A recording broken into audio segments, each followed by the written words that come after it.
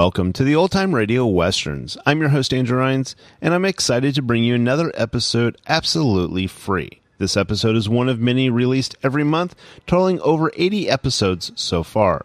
Each one is meticulously digitally restored and stored in the cloud for your convenience, a process that incurs costs. To help cover these expenses, you might hear some advertisements throughout the episode.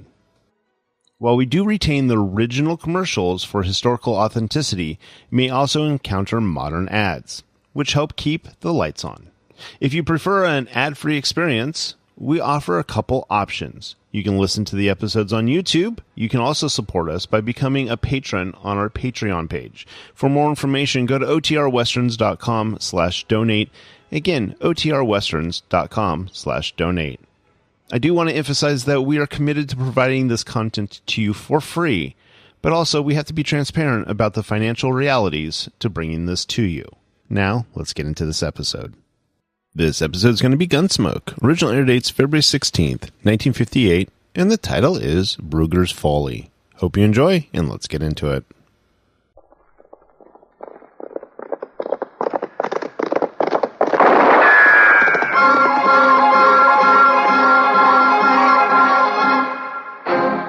Around Dodge City and in the territory on West, there's just one way to handle the killers and the spoilers, and that's with a U.S. Marshal and the smell of Gunsmoke.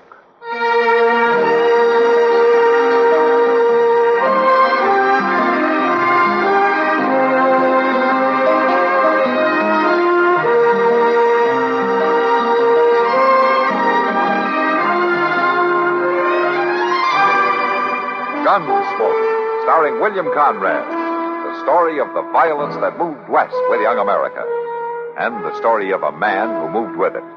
I'm that man, Matt Dillon, United States Marshal. The first man they look for and the last they want to meet. It's a chancy job, and it makes a man watchful and a little lonely.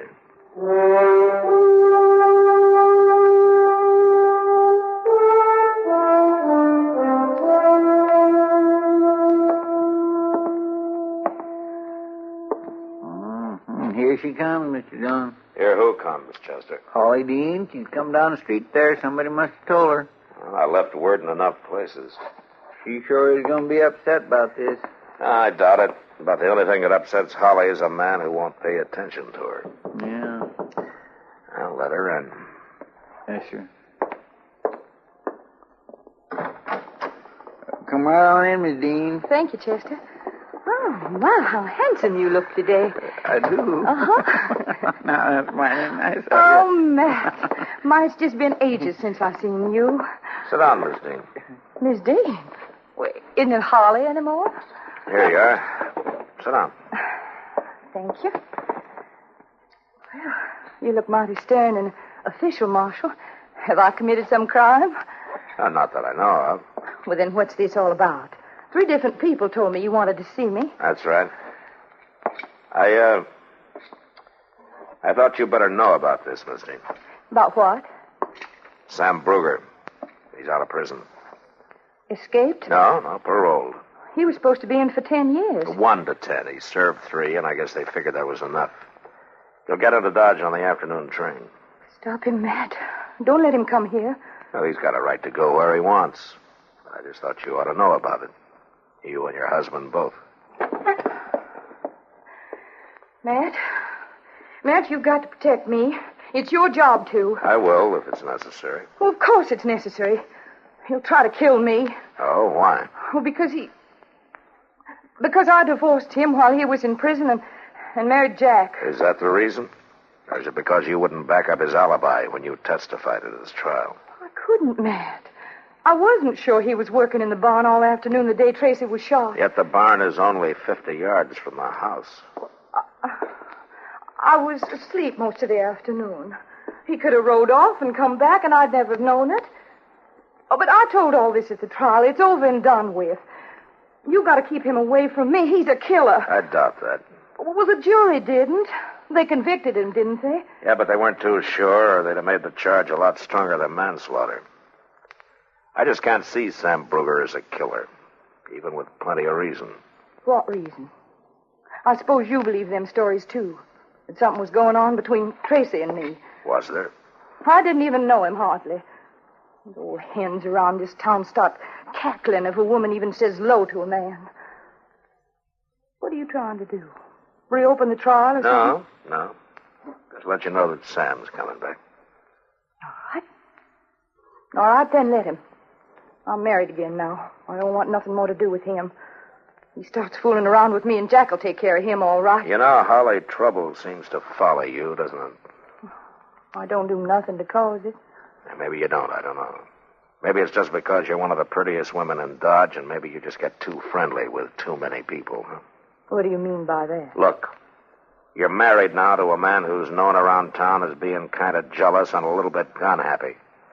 And you got an ex-husband coming in on the afternoon train who just spent 3 years in prison for a killing that he claims he didn't commit. The jury said different. For a killing the whole town thinks was over you.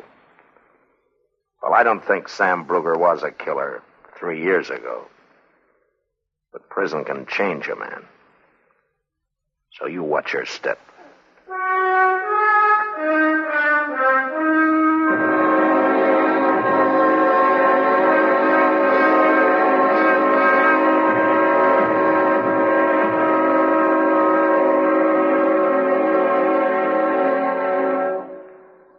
Now, just listen a minute, if you will. I've got a little story to tell you. Well, it's not so little. It's sort of a tall tale. Ever hear tell about Mike Fink? Well, he was a hero. A legendary hero, I guess you'd call him. The greatest keel boatman of them all. Yes, sir. Why, he was a Salt River roarer, a ring-tail squealer. Claimed he was half wild horse and half alligator. They say that Mike Fink could pull the equivalent of 400 loaded railroad cars upriver on a keelboat. That's sort of like a barge. And they say that if the currents made poling too tough, why, old Mike would just sit down and row for a while. Yes, sir. His strength and skill was the talk of the river. Nothing was too tough for old Mike to handle. He could load his boat from stem to stern in less than half an hour. And when it was going full speed, why, he could turn it on a dime, as the man said. He was a heap of man, was old Mike. But then along came the steamboats. Oh, they didn't hurt the keelboaters too much at first.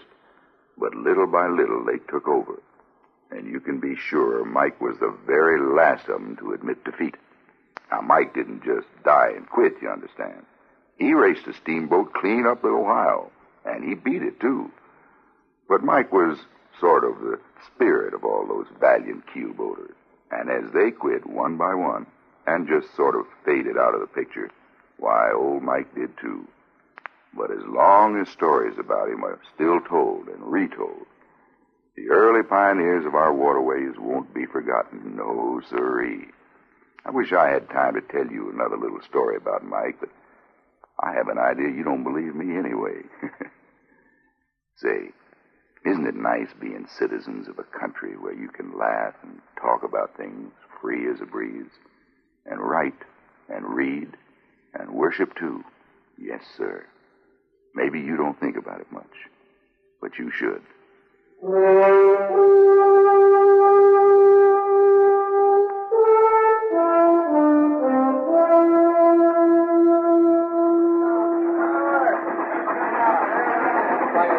I ain't even sure I'll recognize Sam, Mr. Dillon. Oh, he won't look too different, Chester. You reckon he's aiming to start trouble? I don't know. Yeah, by jing, she's pretty enough to turn my head even if she was to put her mind to it. You'd have to get in line, Chester. There's about a dozen ahead of you. Oh, well, my land, I was just saying that, Mr. Dillon. I know her too well. Yeah, sure you do. Now, come on. Sam's getting off over there. Why, a man would just be plumb foolish to get tied up with a woman like that. Well, here's a man who can tell you. I declare he ain't changed hardly at all. Not outside, anyway. Hello, Sam. Well, Matt Dillon. Last man I saw when they took me away, first one I meet when I get back.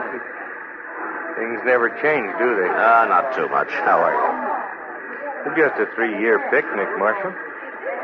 You know, they take real good care of you up there. Even got bars all around to keep folks from getting in and bothering you. Yeah, sure. Marshal, How is Holly? Oh, fine. I saw her just this morning. Did, huh? Now, that's more than you're going to do, Bruger. What? Easy now, Dean. Sam, you remember Jack Dean, don't you? Oh, yeah. Yeah, the gambler. I didn't quite get that remark of yours, Dean. You got it, all right. You stay away from Holly. You hear me? Well, what are you on the proud about? Holly's married to him now, Sam. I thought you knew. No. No, I didn't know that. Well, you do now. And don't you forget it. You bother her, and I'll shoot you like a mad dog. All right, that's enough of that kind of talk, Dean. I want him to know how things stand. Well, now, wait a minute. I think maybe you ought to know how things stand, too, Dean. I come back here for just one reason. Just to find out who did kill Tracy Walters. The way I hear it, you did. No, Holly lied at the trial. She knew I never left the place that day. Now, I aim to find out why she lied. I told you to leave her alone. I got no interest in her otherwise. I feel sorry for you, Dean. I learned about Holly. I paid for it. Seems you ain't yet, but you will. No jailbird's going to talk about my wife like that. That's enough, Dean. Taking up for him, are you, Marshal? You get going. All right, I'll move. When the law won't protect a man's home, I figure he's got the right to do it himself. Thank you, Marshal. Man on parole can't afford to get into any arguments. Or wear a gun either, Sam. I'm going to have to take yours. Play it right down the middle, don't you? No exceptions for either side. Well, it works out better that way in the long run. All right. There you are. Thanks. I didn't kill Tracy, whether you believe it or not. I wasn't on the jury, Sam. Just one thing. You better stay clear of Jack Dean. He can make you an awful lot of trouble. I got no reason to bother him. Haven't you? Oh, you mean Holly? No, what I told Dean is the truth. I'm over her, Marshal. Except, well, sometimes she's not an easy woman to forget. No, I don't imagine she is.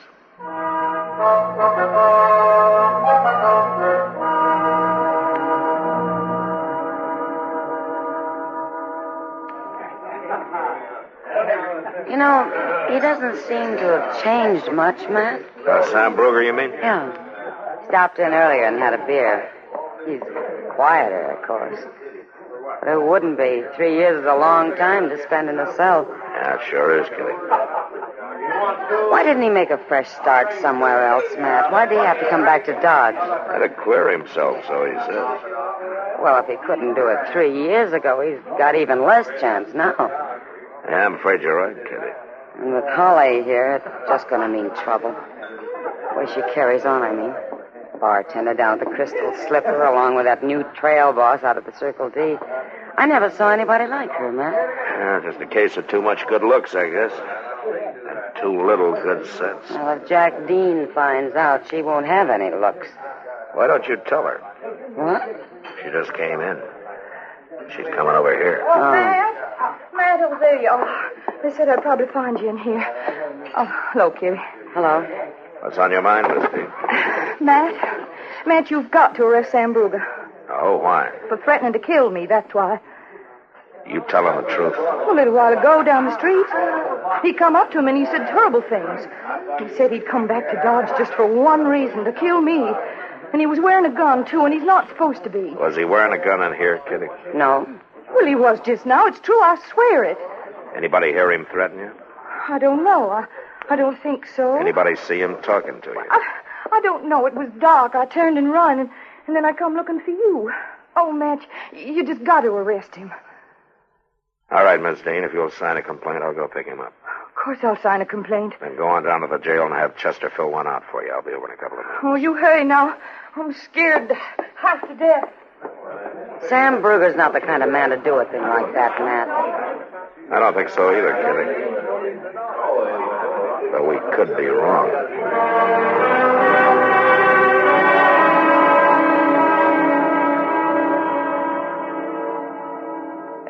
Matt, there are times when a man of honor like myself is appalled by the low ethical standards he finds among his friends and acquaintances. Oh, is that so, Doc? Go ahead, Doc. It's your move. Stay out of this, please, Chester. Matt, no doubt you know what I'm referring to. I just thought you were talking to keep from having to move that checker and letting me take 2 more of your men. They're ridiculous. I've as good as got the game won right now. Then why don't you move? Yes, I never thought you'd do it, man. Do what? Let a passing weakness for a pretty woman make you throw an innocent man into that jail cell back there. He had to, Doc. She signed a legal complaint, didn't she? Not talking to you, Chester. Now, what makes you so sure that he's innocent? Plain Doc? common sense, that's what. Plus the fact that Holly Dean happens to be a born liar. Yeah, maybe. But he's got no alibi. So it's up to Judge Bent to decide it when he opens court. Oh, Judge Bent, she'll twist him around her finger just like she did you. Not unless she comes up with some witnesses. Bent's 71 years old. I don't care. What's that got to do with it? Look, go ahead and move the checker so I can get this game over with. It's late and I gotta get up early. That was the wrong side of the jail. Come on.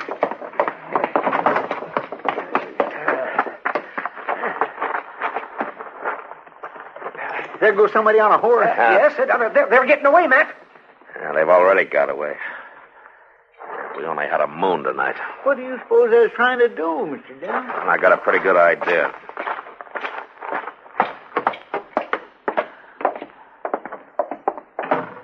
Come on, let's take a look back in the cell block. Mr. Dillon, you don't think it was somebody trying to... Marshal, is that you? Are you all right, Sam? Yeah, sure, I'm all right. Shot just come through the window there. What's that all about? Sam, somebody just tried to kill you.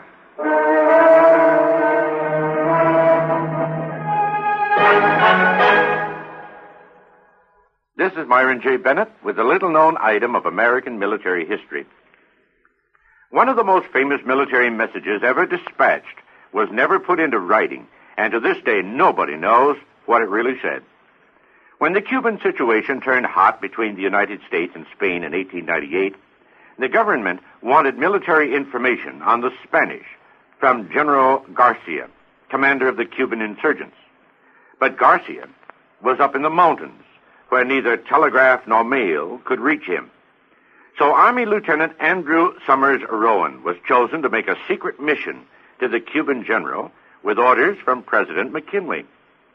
Rowan completed his cloak and dagger jaunt through pathless mountains and fever-bogged jungles to bring back the information requested. He was promoted to captain, and the whole thing might have been forgotten if Albert Hubbard, a businessman author, hadn't heard about it and written an imaginative account under the title A Message to Garcia. It made Hubbard a fortune with over 500 million reprints and got Rowan the Distinguished Service Cross 24 years later. Asked long after the event what his message to Garcia was, the now retired Lieutenant Colonel flipped back, an invitation from President McKinley to an old-fashioned New England boiled dinner at the White House.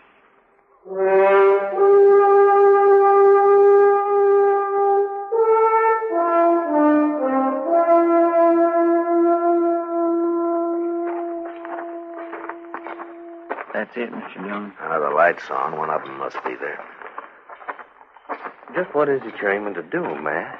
Surprise her, maybe. Catch her off balance. Got nothing else to go on. Sam. Look, if there's trouble, you stay out of it. Without a gun, I guess I have to. Holly's not likely to do any shooting. All right, come on.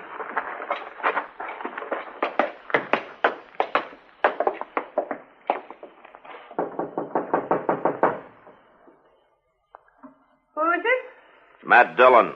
I'd like to talk to you, Miss Dean. All right. Just a minute.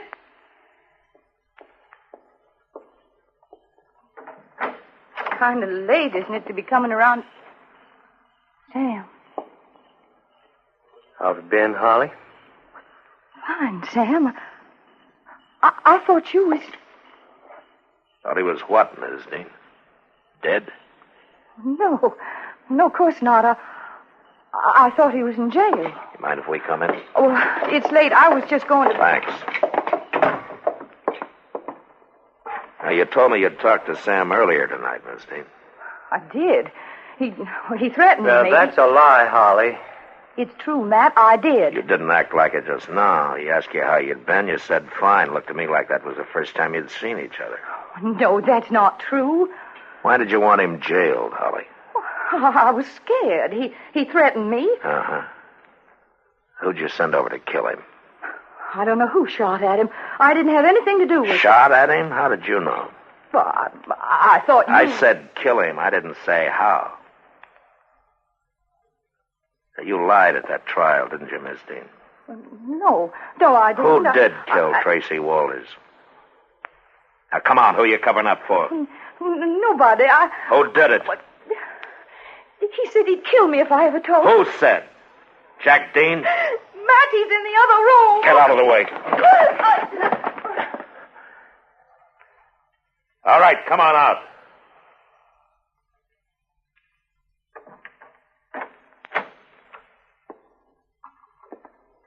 You rotten little sneak. Keep your hand away from that gun, Dean. It's true, Matt. He found out about me, and I mean, he thought I was seeing Tracy, and he was jealous, and he shot him. I didn't know about it till after we were married, and then he said he'd kill me if I ever told. I've been terrified of him for 3 years. You know, a jury might believe that. And he tried to kill Sam tonight. I didn't know he was going to. No jury's going to get a chance to believe it. Hold it, Dean. If I'm paying, Holly's paying. Dean, hold it!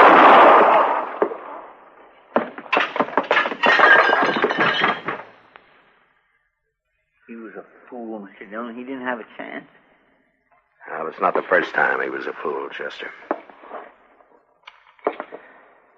Well, Sam, looks like you get that pardon. He's dead.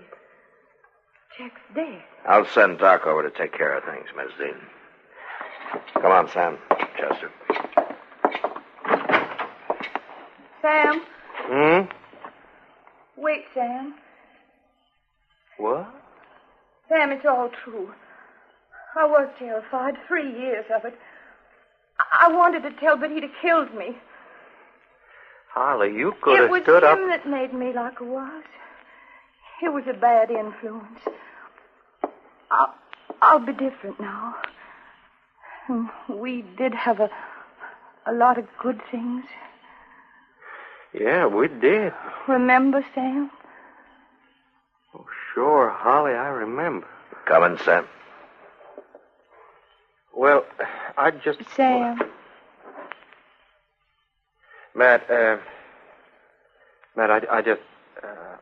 just want to talk to Holly for a couple of minutes. I'll be along a little later on.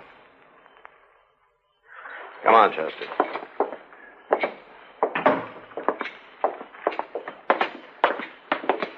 My, you'd think a man that's been took for a fool once would be cured, wouldn't you, Mr. Dillon?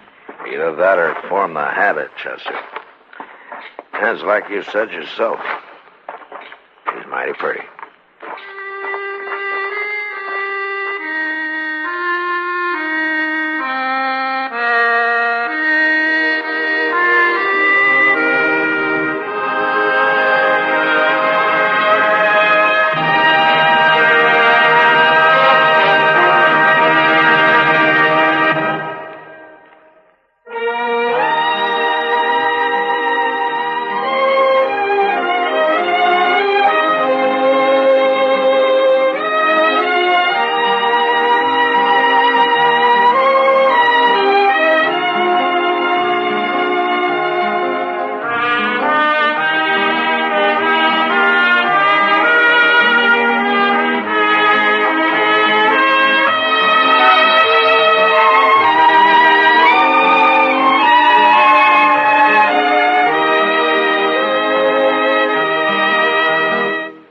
Gunsmoke, produced and directed by Norman Macdonald, stars William Conrad as Matt Dillon, U.S. Marshal. Featured in the cast were Parley Bear as Chester, Howard McNear as Doc, and Georgia Ellis as Kitty. George Walsh speaking. Join us again next week for another specially transcribed story on Gunsmoke. This is the United States Armed Forces Radio and Television Service.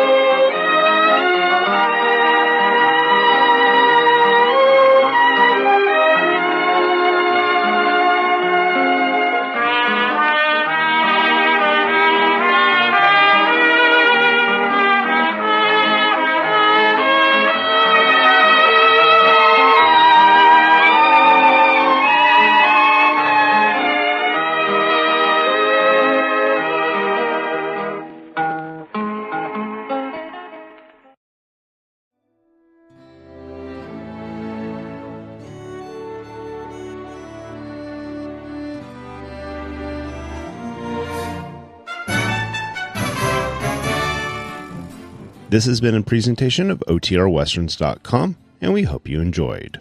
Please take some time to like and rate our shows in your favorite podcast application. Follow us on Facebook by going to OTRWesterns.com/Facebook. Subscribe to our YouTube channel by going to OTRWesterns.com/YouTube. And send us an email, podcast@OTRWesterns.com. You can call and leave us a voicemail, 707-986-8739. This episode is copyright under the Attribution Non-Commercial Share Alike copyright. For more information, go to OTRWesterns.com/copyright. Have a great day, and thanks for listening.